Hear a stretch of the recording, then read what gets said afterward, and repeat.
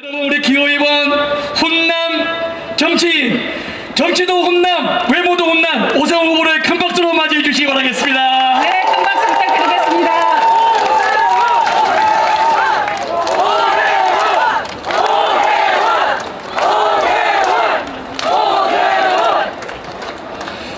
예, 서울 시민 여러분, 상암 주민 여러분, 그리고 점심시간을 맞아서 이 좋은 봄날을 즐기기 위해서 식후에 산책을 즐기고 계시는 직장인 여러분, 여러분의 이런 행복한 모습을 보니까 제가 덩달아 행복해집니다.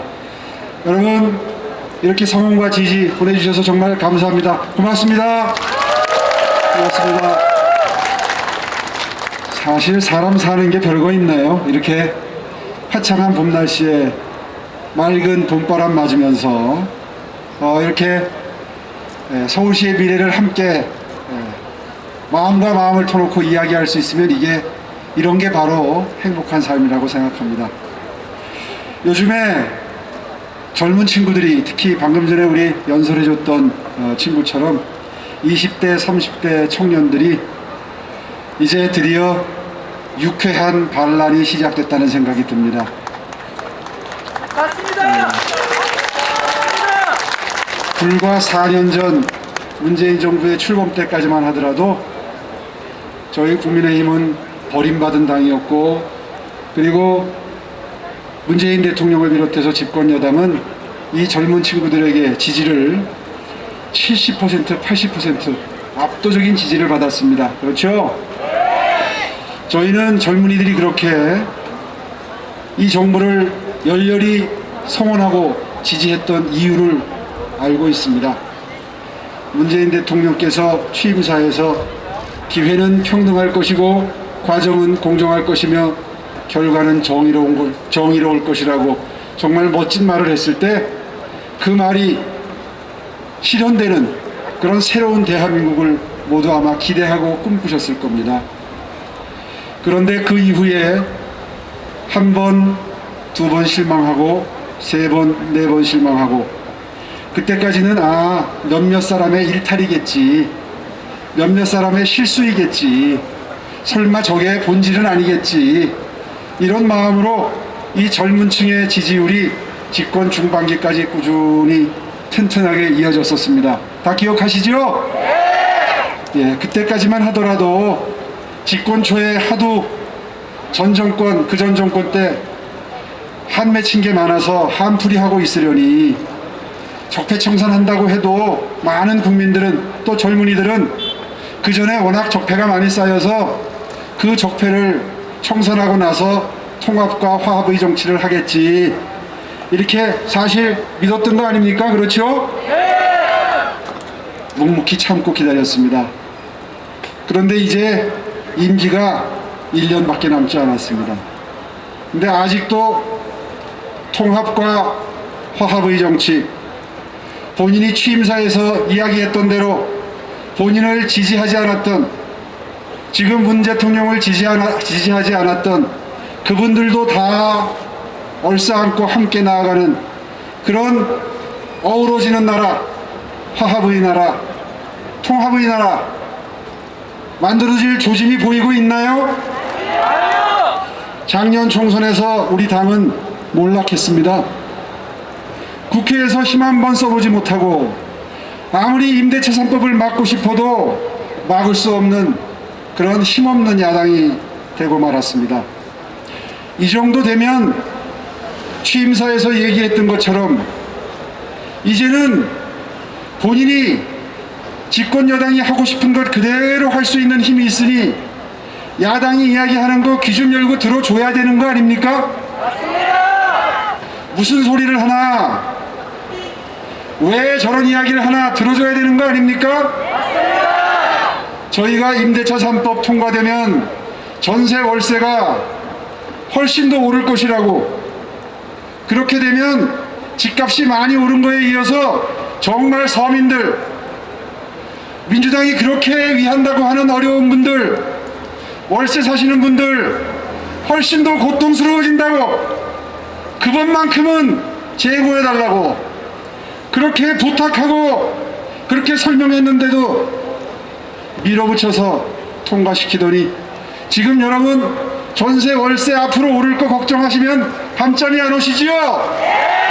여러분 사는 집에서 계속 살기 위해서는 생활비를 줄이고 따로 월세 전세 올려줄 거 저축하셔야 그 집에 계속 계실 수 있는 거 아닙니까? 맞습니다. 이렇게 되니까 코로나 때문에 힘든데도 벌이가 줄어들었는데도 여전히 시장 가서 쓸 돈이 절약해야 겨우 생활이 됩니다. 그렇죠? 이걸 어려운 말로 가처분 소득이 줄어든다 그럽니다. 가처분 소득이 줄어들면 시장 가서 쓸 돈 없고 백화점 가서 쓸 돈 없습니다. 돈을 못 쓰니까 나라 전체에 돈이 돌지 않습니다. 그래서 어려워진 겁니다. 물론 코로나도 있지만 4년 전부터 소득주도 성장한다고 청년들 들어가서 일할 자리가 없어지기 시작했습니다. 편의점 알바자리도 줄어들기 시작했습니다.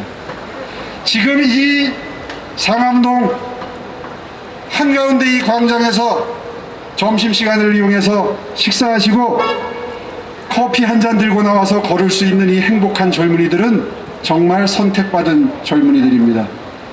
대한민국의 대부분의 젊은이들은 목에 직장인 신분증 걸고 근처 식당에 와서 식사하고 커피 한 잔 들고 산책하는 여러분들을 너무너무 부러운 눈으로 바라보고 있을 수밖에 없습니다. 여러분, 그런 대한민국 만든 이 문재인 정부 정말 반성해야 되지 않겠습니까? 반성해야 되지 않겠습니까, 여러분? 그래서 나왔습니다. 그래서 제가 나섰습니다. 사실 서울시장을 2번씩이나 했던 제 입장에서 서울시장 한 번 더 하는 게 그렇게 정말 중요하다고 생각하지 않고 저는 딴 길을 걸으려고 생각하고 있었습니다.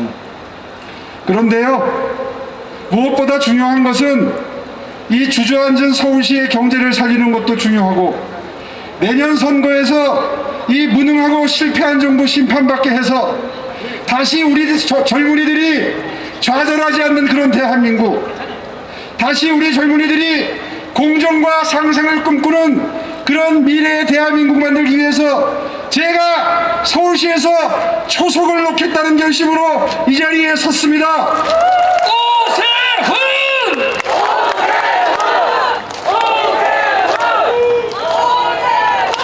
제 선거구호가 첫날부터 능숙하게 서울부터 공정 상생입니다. 여러분, 20, 30대 젊은이들이 돌아서기 시작한 이유는 본인들이 마치 공정과 상생, 어려운 분들을 위하는 정치가 전매 특허인 것처럼 몇 년을 입으로만 떠들던 그 정권이 진실을 이야기하는 줄 알았던 청년들이 이제 그 본질을, 실체를, 그들의 그 위선을 드디어 피부로 느끼고 저게 한두 명의 실수가 아니라는 사실을 알아차려버렸기 때문에 이렇게 나서고 있는 거 아니겠습니까? 오세훈! 대한민국 수도 서울은 뉴욕, 런던, 파리와 어깨를 나란히 할 수 있었습니다. 제 자랑 같지만 제가 5년 동안 서울시장 하면서 저 22, 32 밑에권에 있던 서울시의 도시경쟁력을 11권까지 끌어올렸었습니다. 이것은 스스로 평가한 게 아니라 국제기관들이 평가했던 수치들입니다. 금융센터 지수도 마찬가지입니다. 그 수치가, 그 순위가 전임 시장 시절에 10년 동안 다시 원위치를 지나서 그 밑으로 떨어졌습니다. 도시경쟁력 지수는 7단계, 금융도시센터 지수는 14단계 떨어졌습니다. 여러분, 다 제 책임입니다. 제가 중간에서 도중 하차했기 때문입니다. 그 책임감, 그 자책감 여러분께 일로써 보답드리고 싶습니다. 꼭 기회를 주십시오. 제가 반드시 제 자리를 찾아놓겠습니다. 저는 지금 상암동 한가운데 서 있습니다. 이곳 주민 여러분들이 이런저런 교통 문제나 학교 문제 때문에 불편도 겪고 계시지만 아마도 많은 분들은 직장과 주거가 한데 어우러지고 이렇게 산책할 수 있는 길이 있고 그리고 멀리 보면 녹지 공간이 보이는 이 정말 행복한 공간에서 서울시 전체가 이곳 상암처럼만 될 수 있다면 얼마나 좋을까 하는 생각을 하시고 계시리라고 생각합니다. 아까 제가 저 끝부터 여기까지 걸어오면서 많은 시민들, 많은 젊은이들과 인사를 나눴습니다. 여기에 상암 비대위 분들이 나와 계시는데요. 저한테 분에 넘치게도 상암의 아버지다 이렇게 불러주세요. 맞습니다. 상암의 아버지는 아니더라도 상암의 형님 정도는 될 것 같습니다. 제가 다시 시장직을 수행하게 된다면 상암은 많이 바뀔 것입니다. 원래 계획대로 학교도 좀 더 들어가고 그리고 지하철역과 먼 교통 문제도 좀 해결해 드리고 그리고 이곳에 원래 들어오기로 했던 디지털 미디어 시티의 본질처럼 이곳이 마이스와 영상 영화 산업의 본고지가 돼서 명실공히 최첨단 과학기술과 K컬처 문화예술적 감수성이 만나서 획기적인 시너지 효과가 나는 그래서 전세계 수도 서울로 전세계 1등 도시로 손색이 없는 그런 대한민국 다시 뛰는 심장 그 엔진과 같은 역할을 이곳 상암이 할 수 있도록 제가 반드시 다시 한번 일으켜 세우겠습니다.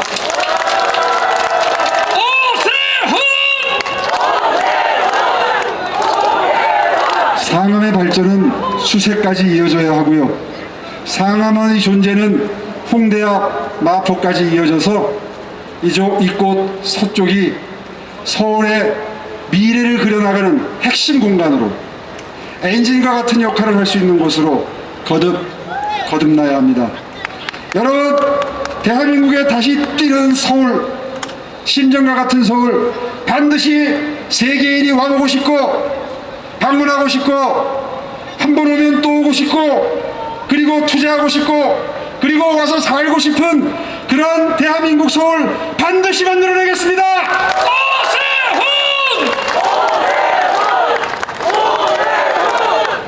저의 목표는 순위에 있지 않습니다. 저의 정치 철학은 순위나 숫자보다는 가치입니다. 성장보다는 성숙입니다. 국민소득 3만 달러 이르기까지 우리는 앞만 보고 뛰어왔습니다. 이제 옆도 보고 뒤처진 분들도 쳐다보면서 함께 보듬어 안고 나아가는 성숙한 사회가 되어야 합니다. 여러분이 길거리에서 보시는 제 플래카드에 서울부터 공정, 상생, 그 상생의 의미가 바로 어렵고 뒤처진 분들 함께 보듬어 안고 나가는 그런 국민의힘 되겠다, 그런 서울시가 되겠다 하는 저의 의지를 담고 있습니다. 여러분, 이게 따뜻한 보수 개혁 우파의 본질입니다. 저희들의 이런 호소를 물리치지 마시고 여러분이 주셨던 소중한 기회 덕분에 갈고 닦을 수 있었던 저의 경륜을 마음껏 서울시를 위해서 펼칠 수 있도록 이끌어 주십시오. 제가 해내겠습니다.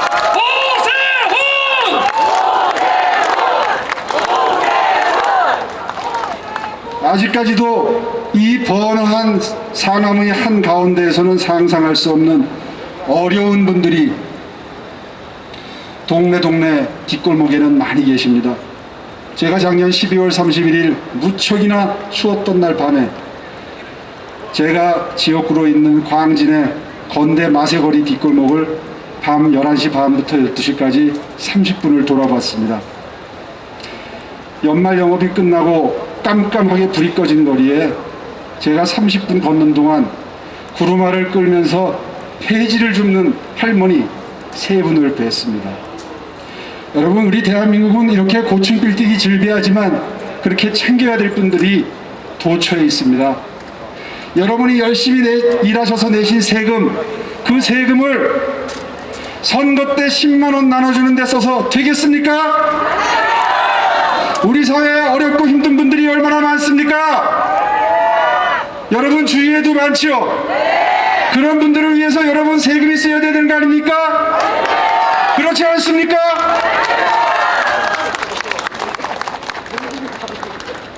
저는 어제 박영선 후보가 청년들의 대중교통 요금, 버스, 지하철 요금을 40%를 깎아주겠다는 공약을 하는 걸 보고, 예, 물론 청년들 주머니 사정이 안 좋으니까 깎아주면 좋기야 하겠죠. 그런데 그걸 투표하기 전날 발표할 일입니까? 그 사람 속이 보이지 않습니까? 그런 공약을 하는 것은 여기 있는 이 젊은이 같은 본인들의 불공정과 부정의에 분노해서 등을 돌린 젊은이들에게 돈을 흔들면서 우리를 찍어달라는 그런 의사표시 아닙니까? 여러분, 이런 정당, 이런 후보 용납해서 되겠습니까? 절대 안 됩니다. 우리 젊은이들을 능멸하는 거 아닙니까? 맞습니다. 우습게 보는 거 아닙니까? 낮춰보는 거 아닙니까? 맞습니다. 저는 분노하기보다 서글펐습니다. 어제 오후에 찻속에서 이동하면서 그 뉴스를 보고 제가 그런 상대 후보와 경쟁을 하고 있다는 게 서글펐습니다. 여러분, 대한민국은 전 세계에서 경제력 10위 하는 나라입니다. 우리가 갑자기 돈을 벌어서 전 세계가 주목하고 있습니다.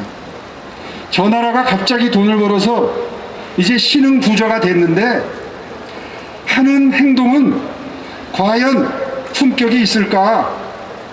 과연 성숙한 사회일까? 정치가 무르익어서 민주주의의 대표적인 성공 사례가 과연 될 수 있을까? 전 세계가 지켜보고 있습니다.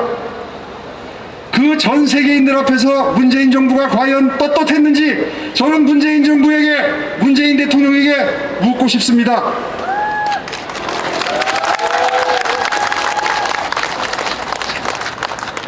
여러분, 제가 해내겠습니다. 아까 제가 이 정부가 통합과 화합의 정치에 실패했다 하는 말씀을 드렸는데요. 그래서 저는 더욱더 안철수 후보와의 치열한 경쟁 끝에 이루어진 단일화, 이걸 바탕으로 해서 지금 함께 선거운동이 이루어지고 있는 거 잘 알고 계시죠?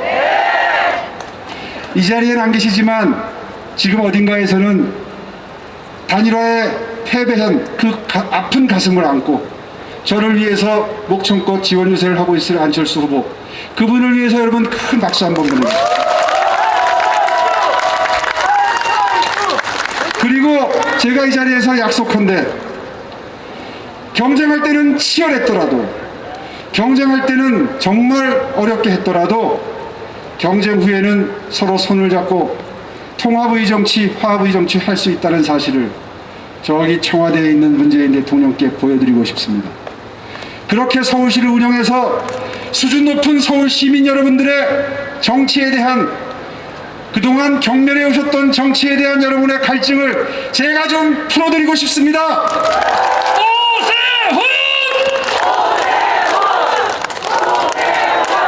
이번 선거가 끝나고 여러분의 현명한 선택으로 제가 만약에 서울시장에 취임해서 일을 하게 된다면 서울시의 공동 경영으로부터 대한민국 정치도 이렇게 상생과 하부의 정치가 될 수 있구나, 한때 치열하게 다퉜던 상대방과 손잡고 이렇게 함께 일할 수 있구나 하는 모습을 보여드려서 존경받지 못하는 정치가 다시 여러분에게 사랑받을 수 있도록, 그래서 여러분이 그 정치인들에게 기대를 걸고 대한민국의 미래를 설계하실 수 있도록, 여러분의 자제분들이 밝은 대한민국의 미래에 희망을 가질 수 있도록 반드시 해내겠습니다.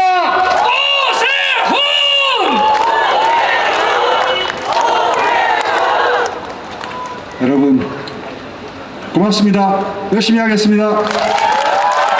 꼭 도와주십시오. 감사합니다.